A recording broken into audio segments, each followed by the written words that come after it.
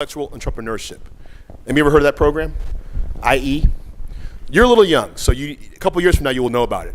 But IE is a great program because it really helps students understand the importance of going to graduate school, especially first-gen students, low-income students, students of color, women students, and so forth. It's a really important program in that respect. So we did a study about students who were a part of this program, and we asked the the mentors, why do you do the mentoring? Why is it, what's in it for you? And they said, well, first of all, I'm in a field that's not really diverse. And that could be by gender, race, socioeconomic status, but I love the fact that I'm doing some work and bringing people into the field who haven't been here before. And this is true of white male mentors, right? They're excited because there's too many white male mentors like me. We need more people of color, and I'm excited to do that work. And then secondly, the idea of distributing the work. If you go to somebody and you constantly kind of present yourself as being in need of things, I need mentoring, I need help, constantly, it's kind of a drag, right? But if you're like, look, you're one of many people I talk to about these things, I've gotten 4 or 5 opinions about this one issue, should I take this internship or this other one? That's easy. I can be much more free about giving my opinions about that whole experience. This picture right here is a picture of me and my mentor, Dr. Charles Willey, who is a professor of mine from Harvard. And my first day on campus, I told you I just came to Harvard for the first time. I'd never been there before.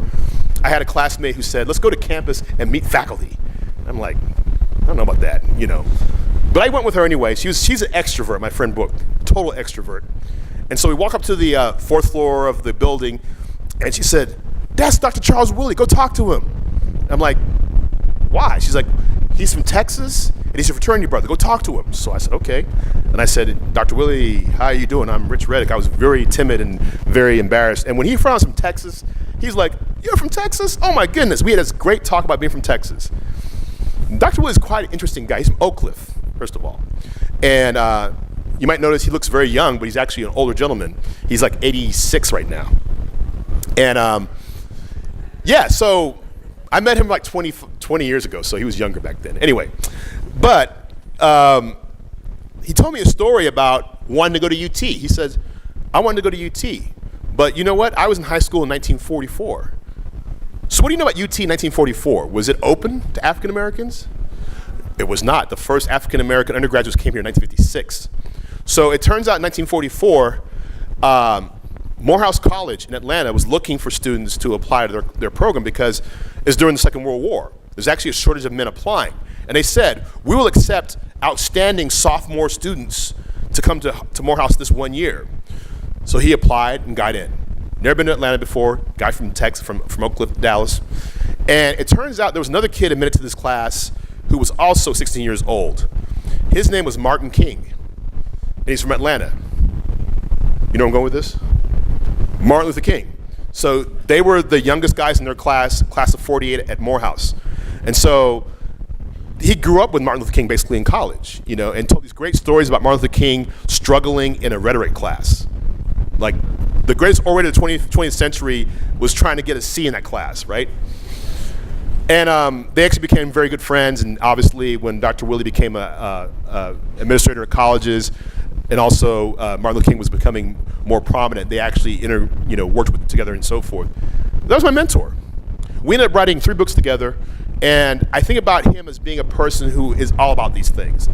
Generous, he knows how to mentor people, he knows how to encourage you, but also how to get your stuff done better, right? So that's really important to understand the importance of having people like him, and many people like him, right?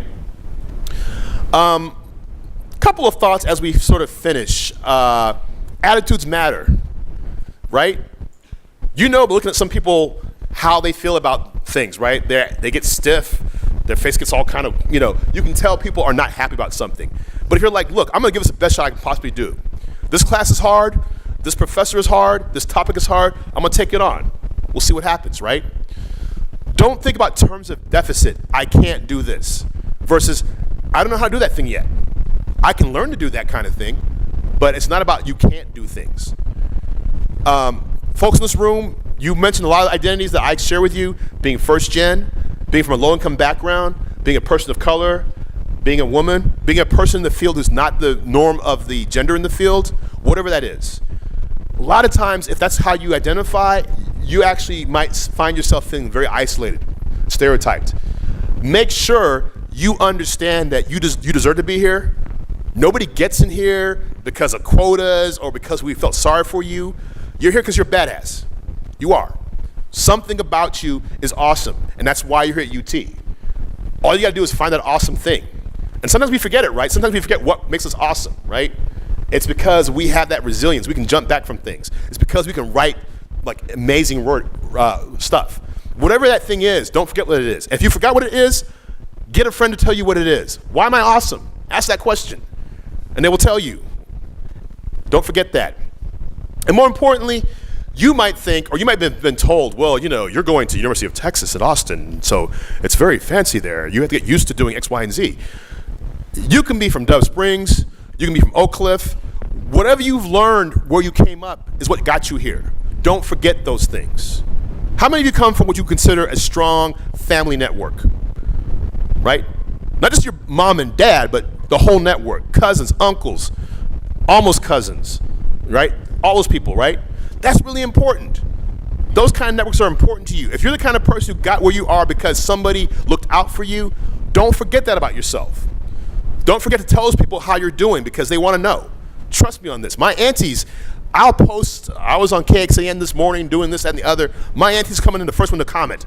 Oh, you know, my nephew, I'm so proud of you. They're Jamaican, so they go off. They're a little crazy like that. But they're like, it's like I'm in third grade showing my first like homework assignment. They get crazy about that kind of stuff.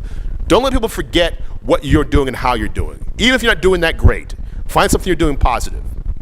So, I'm gonna stop now because I want to take some questions because I came too long to not have people ask me some hard questions. So, that's my information right there, how to get hold of me. Now we have about 7 minutes for questions. From an introvert, preferably. A man back there. Just shout it out. The greatest challenge my mentors helped me get through. Okay, this will sound funny, but I actually have a very sort of a self-effacing sense of humor. I often talk myself down sometimes, jokingly. I'm not that good at that stuff. And every so often, I get kind of checked on that. Like, actually, you're kind of a badass. Don't say stuff like that, because it sounds, first of all, you're not confident. And then I'm not confident sometimes. And so being reminded, like, actually, you are really good at what you do, and you have a reason to be confident, and it's not bragging if you can support it, right?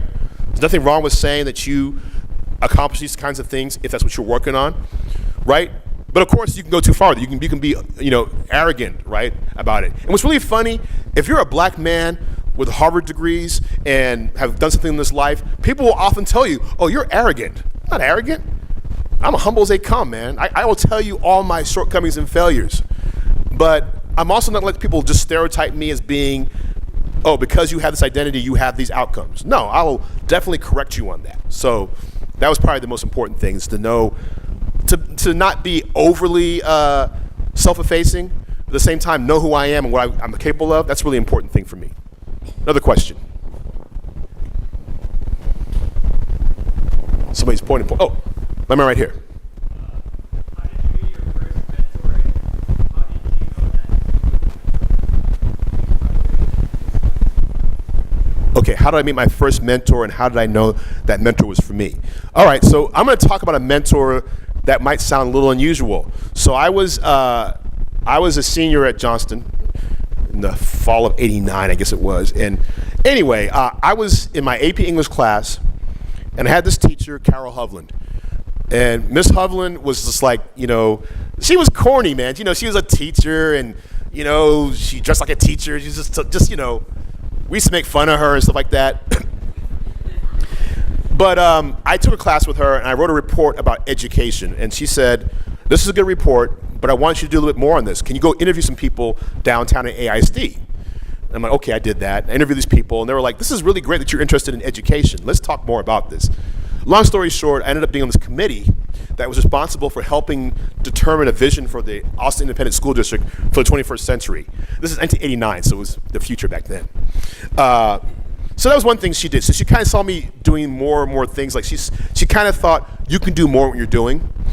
The best thing she did, though, was when I got into UT, and I was like, I had the worst case of senioritis. So, I'm kind of sarcastic, kind of a smartass sometimes, and I got into UT, and I got a scholarship. So I'm like, look, I'm done. I am checking out of high school. I'm just here. I'm just going to be here making my comments, looking fly, talking about going to college.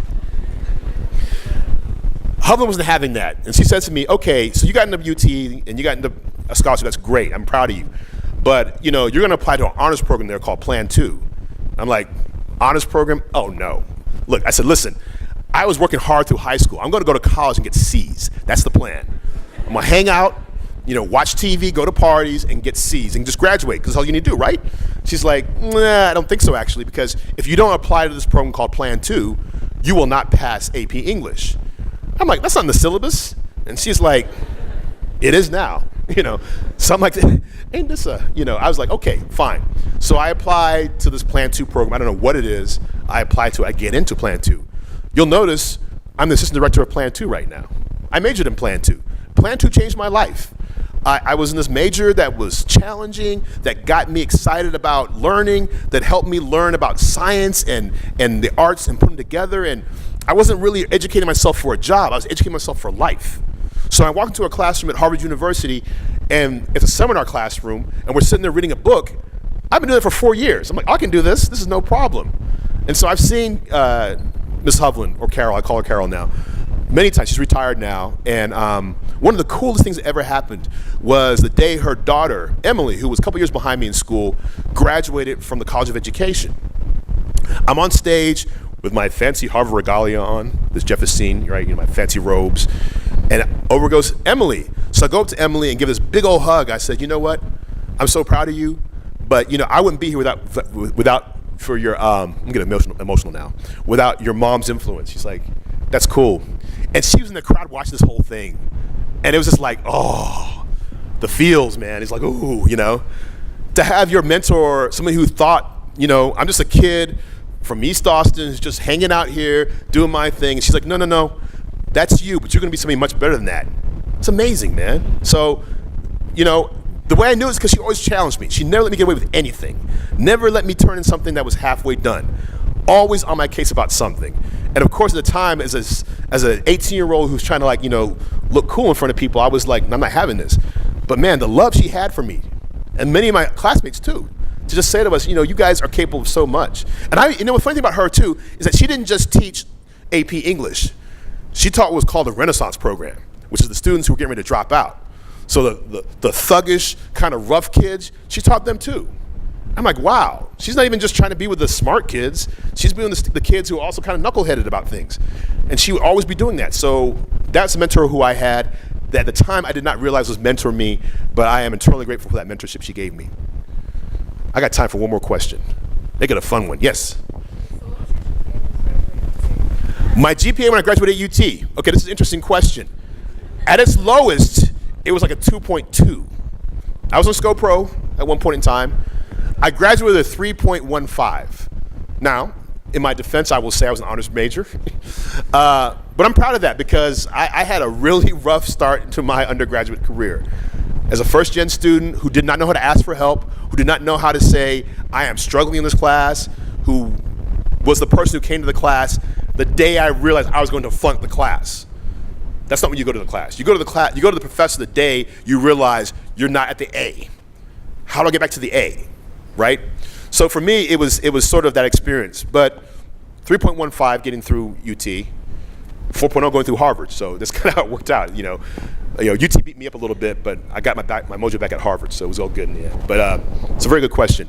Yeah, GPAs are not destiny. At the same time, do your absolute best to make your GPA the best it can be because you're going to want to go to grad school, right? Grad school people in the house? Raise your hands, grad school people. Yeah, it starts now. You got to start thinking about, I got to have that GPA and that GRE or MCAT or whatever you're going to work on to get there. Anyway, I hear rumbling. Y'all about to break out, so I'm going to stop talking. Jeff, thank you for the time. Thank y'all.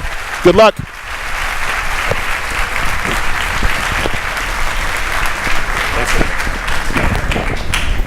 All right. If you had issues with Square Cap, Michelle is back there to help you all sign in. Yeah. But yeah, we're all set. Y'all are good to go.